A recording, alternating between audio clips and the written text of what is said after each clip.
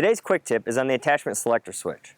Loaders have a coupler to switch between two or more attachments. Most commonly, these are a bucket and a fork. The attachment selector switch tells the loader which attachment is on the front of the machine. Fork, bucket.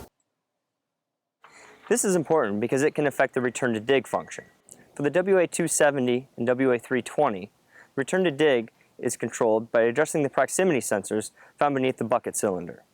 This has no effect on the PZ or parallel lift nature of the loader.